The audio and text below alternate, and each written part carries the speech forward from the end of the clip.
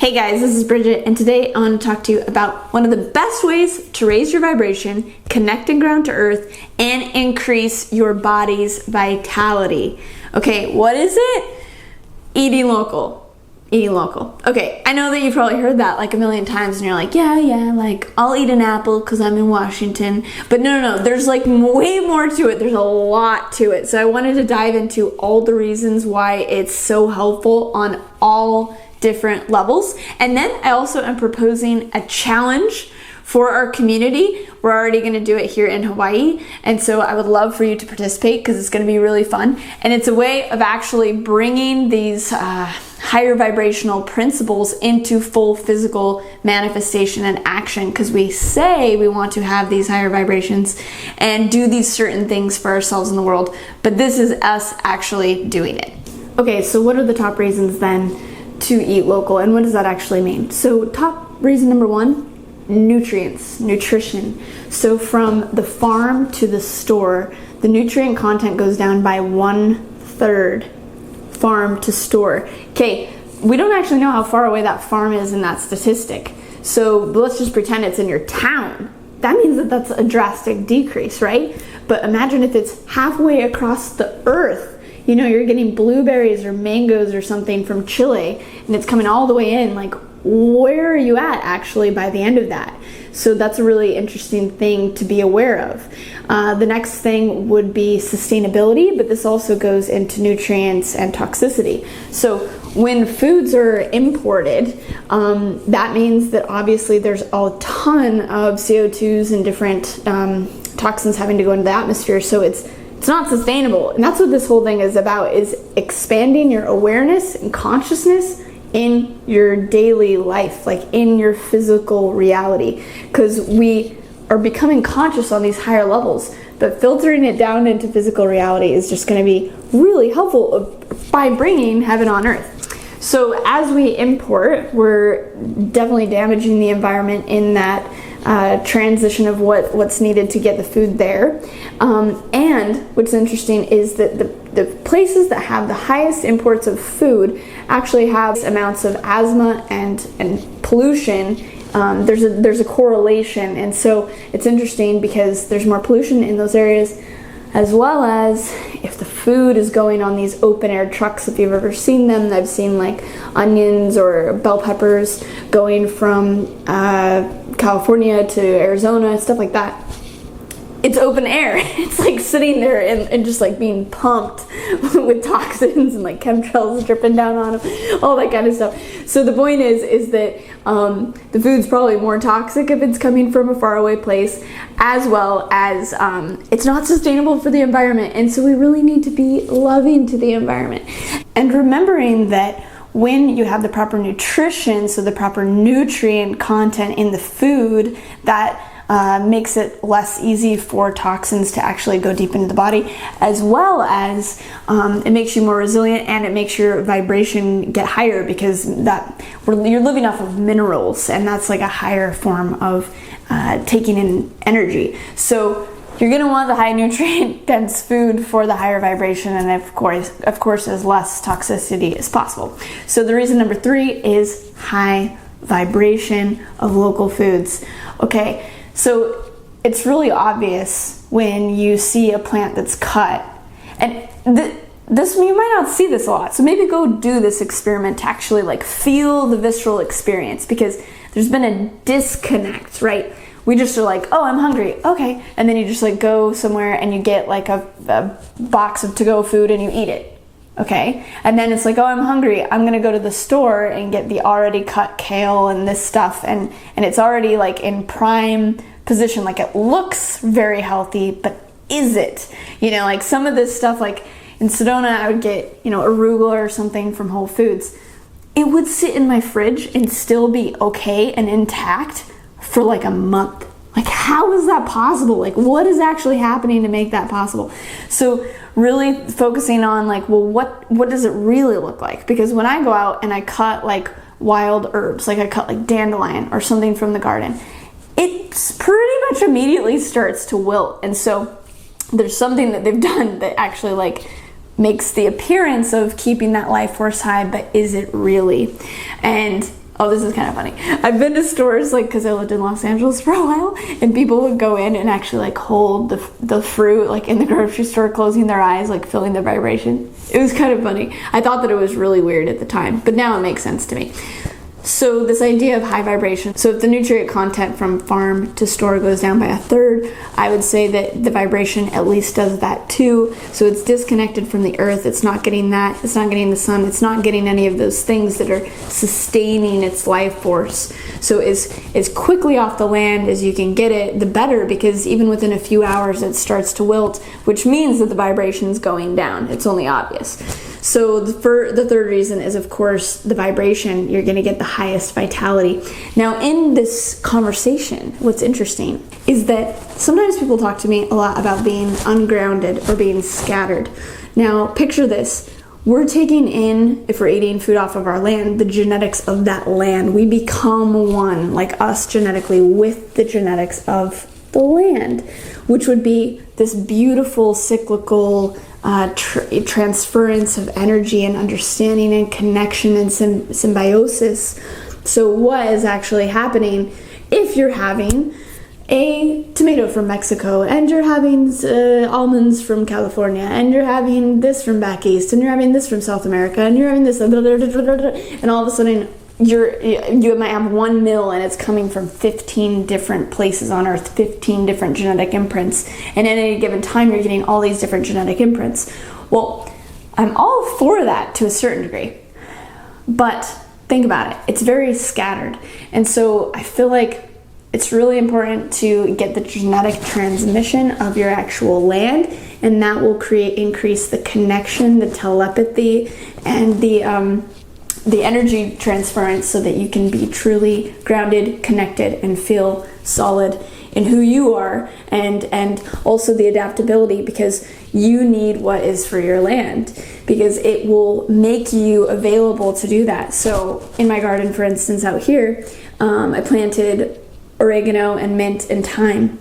The oregano is doing really well. The mint and thyme aren't. The oregano is more antibacterial, antifungal. So that means it's more robust for this environment. So that means I probably need that plant, because that is what I need to then also adapt and be a part of this environment. So it's teaching me, like the garden's teaching me what I need and what parts of me are needed to be emphasized to be in harmony and to be thriving in this environment. And so when you're connected to the land, or even going to such as local farmers markets, that is what grew there. So that's probably what we need. It just becomes this like very obvious thing that makes it very simple. You know, it's very simple. And we've been very programmed to be inside the box of like, okay, well, what are the fruits that we eat in America? Well, we eat apples and bananas, like, and grapes or something. Bananas don't even grow in America. Like, why is that like on the food table? You know what I mean? So it's really getting back into harmony of like, well, what is in my own backyard, and opening our eyes and kind of getting off of this programmed cycle, because I think that's what it is. It's this, okay, hustle, get food, go to the grocery store, and we're good. And going and taking a bit more time and taking a bit more connection is going to help us in tremendous ways, learning about ourselves and our environments. So that was number 3. Now I want to get into the challenge, and the challenge, we'll get into more details about this, because this is an interesting psychological conversation. So the challenge is, if you choose to accept it, to eat from your land within 100-mile radius of you for 7 days straight. Okay, can you do it? What do you think? So that's what I'm going to do. I'm going to eat for 7 days off of the island. Primarily the island, within a 100-mile radius. I'm going to get coconut oil from the big island. But other than that, I'm going to eat from Maui for 7 days. I want Maui to become me. I want to be her, you know, I want to be of this place. And for me also, because I'm off the grid with the house here, I'm also going to be completely off the grid and off the island, eating off the island for 7 days straight. Now, that's consciousness in action, you know? Like, that's like, okay, now we're talking about assisting the earth. Now we're talking about being connected to our environments, connected to our body, and thriving. Like, this is what it can look like. So I invite you guys to do this with me. In Maui here, they've already done that quite a bit, because it's a thing. because it's an island, farthest from any continent on Earth. And so if the boats don't come, there's 5 days worth of food. And the Hawaiians used to eat completely off the islands. They set it up to be this beautiful, amazing place, giving everything. And now about 95% of the food is imported. It's ridiculous. It's ridiculous. And people come on vacations and they get their same hamburger and pancakes and this, and it's like, whoa, there's so much other cool stuff that you could try and you could have. You could have ulu pancakes, you could have this other thing. So it's about transitioning back to like what is in sync, you know? It's not actually going backwards. Like, I think that's the misperception. It's like, well, it's going backwards in time. And it's actually not. It's something that is very natural and innate, which increases our intuition and actually will give us the information and the intelligence to become hyper-futuristic in certain ways. So this is the challenge. Now, you might be thinking, I don't know where you're at right now. You might be in London, you might be in Australia, you might be in the East Coast, you might be in the West Coast of America, and you're like, what the heck am I gonna do doing this from where I'm at?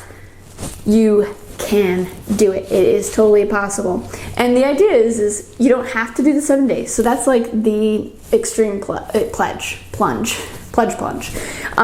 The other option, the second pledge idea, is that you can do it for 2 days. Okay, 2 days. When we're doing it as a collective here on Maui, and then with you guys that are going to participate, it's going to start on March 22nd and go to March 29th if you want to do the full week. If you only want to do 2 days, that's awesome. That's still great. And so you can participate within that 7 days with us anywhere in the world. And it's so cool. It's going to be so fun. And you can do it anywhere. So the whole inspiration of this came from my friend Tracy Tarlow. I'll put her Instagram and connection info because she's really fun to go watch and follow in the description.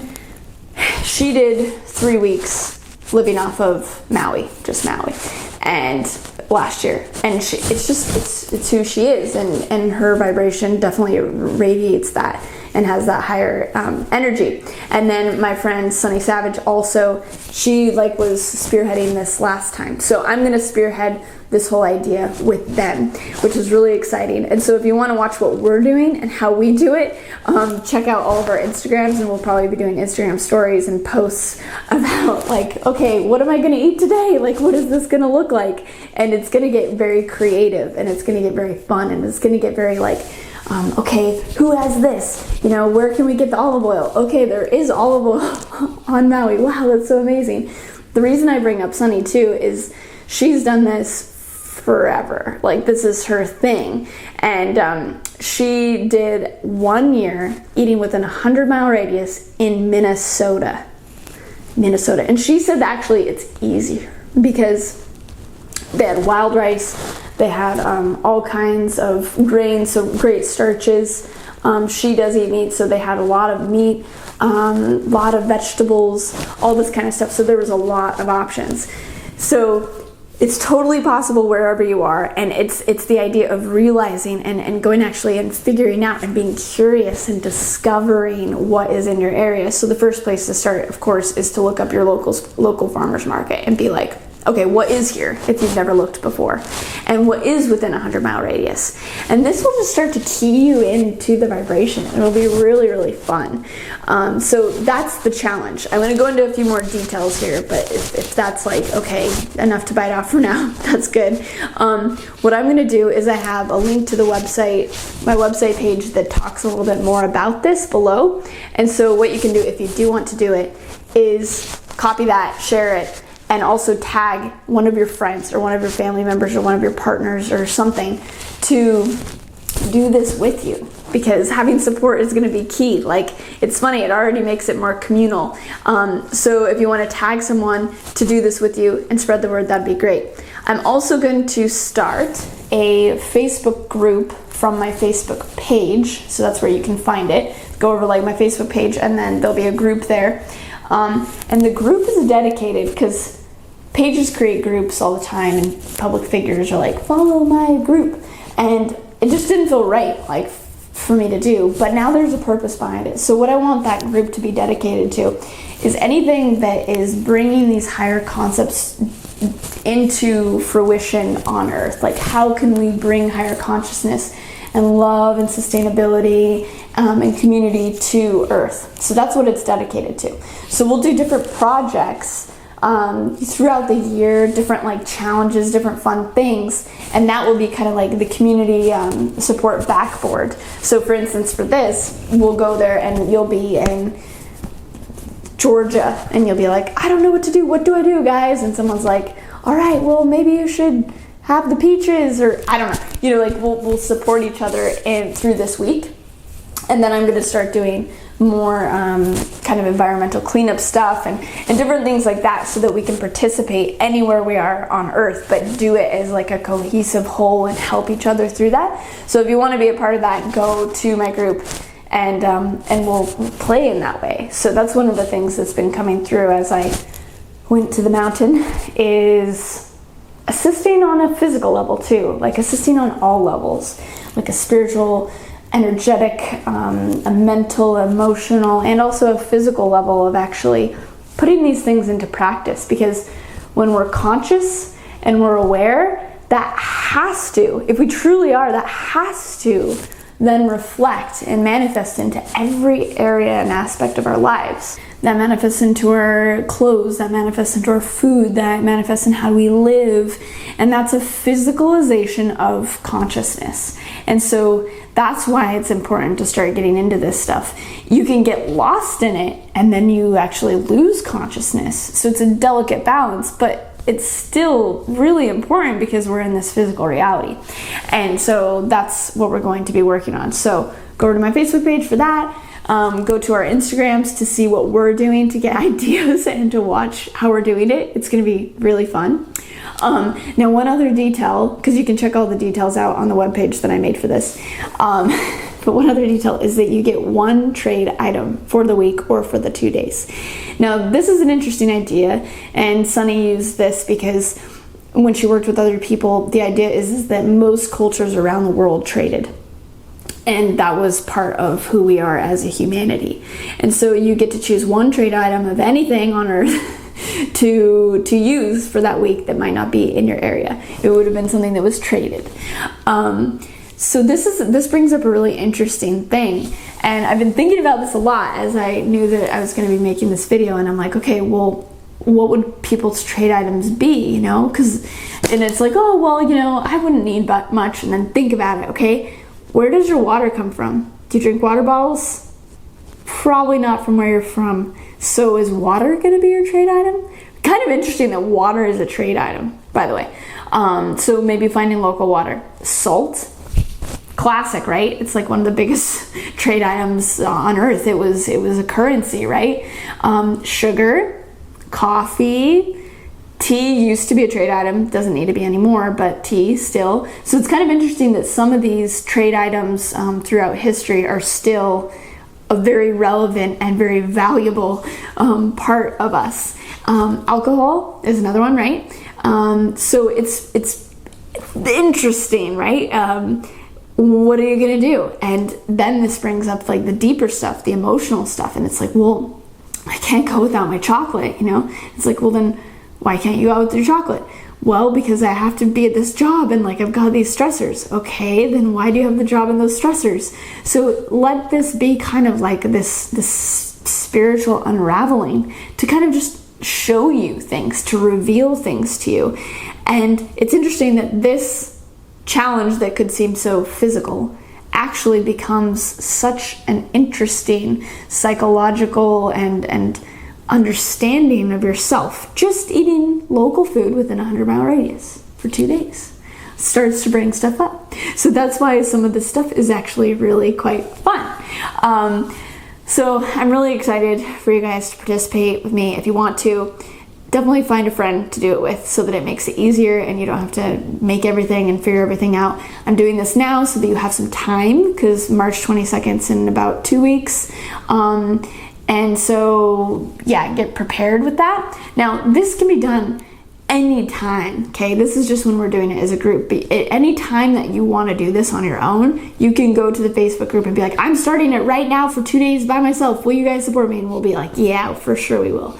So you can do this anytime. This is just right now, because I want this to be ever present, and when you feel more confident with it, or you've thought it through a little bit more, it's always available, and it's always an important experiment of connection with yourself and land. So it's gonna be really fun. I've got some really fun things going on with it. I want to talk about a few of those real quick, because they're interesting, again, dialogues. So one of the things that I found is that vegan protein is actually quite limited on the island. There's a lot of invasive or overpopulated animals: pigs, venison, wild deer, chickens, and rats. And there's a lot of those, but there's no predator, because there was no natural predator here in Maui. And so it's kind of interesting, because it's actually more sustainable, because they need to be, their populations can't get too big. If you've seen the Yosemite wolf story, because it actually degrades the land and takes away the topsoil and stuff like that. If too many animals are eating it, then it can start to fall away and the root systems can't grow, etc. So actually predators are good in that way. So who's the predator? We are. So it's actually quite sustainable to eat meat here, whereas in other parts of the world, actually eating meat is number 2 or number 3 biggest environmental hazard on Earth. Pretty interesting. I mean, the deforestation for cows, there's billions of cows on the planet. It's a pretty interesting thing, and it's quite sad. So within this conversation, look at, even if you can't do all local, see if you can go vegetarian more, see if you can go vegan more, just because the animal intake really does have a drastic environmental impact and energetic. We won't go into that right now. So that's an interesting thing to look at. And so for me, I don't eat flesh. I haven't in a really long time, and it kind of freaks me out, which I'm going to do a video on kind of my food upbringing and what that's like. So I'll have that out here in the next few weeks. But anyways, I'm going to do this week vegan, especially because there's so many vegans on the Hawaiian Islands, and I want to show that it can be done and that there is enough protein, vegan protein, if you're very creative. So I've got some really creative ways of getting the protein from plants that are really needing to be utilized here, because they're also invasive and they're nutritious foods. So it's gonna be fun. I'm really excited about it, because I want to show too that you don't just have to like live off of like importing hemp seeds and this and like most vegans kind of like import a lot of their proteins and a lot of the stuff that they utilize, which isn't really sustainable. And then you're getting, again, like the different genetic imprints, which might not be super holistic and balancing. So just looking at all these different things. Now, the last thing I wanted to say about the genetic imprinting is it can be a medicine. So it's like being conscious of where the genetic imprint is coming from in your food. So for instance, when I lived in Arizona, and my friend had bright, brilliant blue Hawaiian spirulina, I'm like, damn, I want some of that Hawaiian transmission, and I could feel it coming through when I had it. Or if we're eating goji berries from Tibet, it's like, damn, or shilajit from Tibet, damn, like so powerful, so potent. So it can be utilized as medicine when you're truly wanting to tap in consciously to the frequency of that place, and then of course the nourishment of that particular food. So utilize it in that way, and do your best to see otherwise if you can get it from a place closer to you. And I'm global centric. I like to feel the whole. I like to feel the whole of the earth and all of the different places. So in a way, I like having those different genetic imprints, but at the same time, being here and present on all levels is very important. So I'm interested to see what's going to happen to me frequency wise and just physically as I do this 7 days. So I'll leave it there for now. I'm really excited about it. comment below if you're going to join the challenge, where you're from, where you're going to do the challenge from, the different things that you already know that you can eat from there. You know, say like Northern California, okay, Klamath Lake blue-green algae, yes, boom, amazing protein and nutrient source, great. You know, apples from Washington, these different things. It's really fun to see what we can do. And of course, I wanted to add that usually if people are thinking, okay, well, I'm in this cold climate in the winter, like, Bridget, what are you thinking? I can't get any fresh produce. That's where some of the old traditions that actually are very advanced come in handy. So like in Eastern Europe, when during communist times, and they did not have the fresh produce available in the winter, they fermented. And they canned, but more so they fermented it so that those nutrients actually were even more bioavailable, and all the good bacteria and everything's going, so that they had it for the whole winter.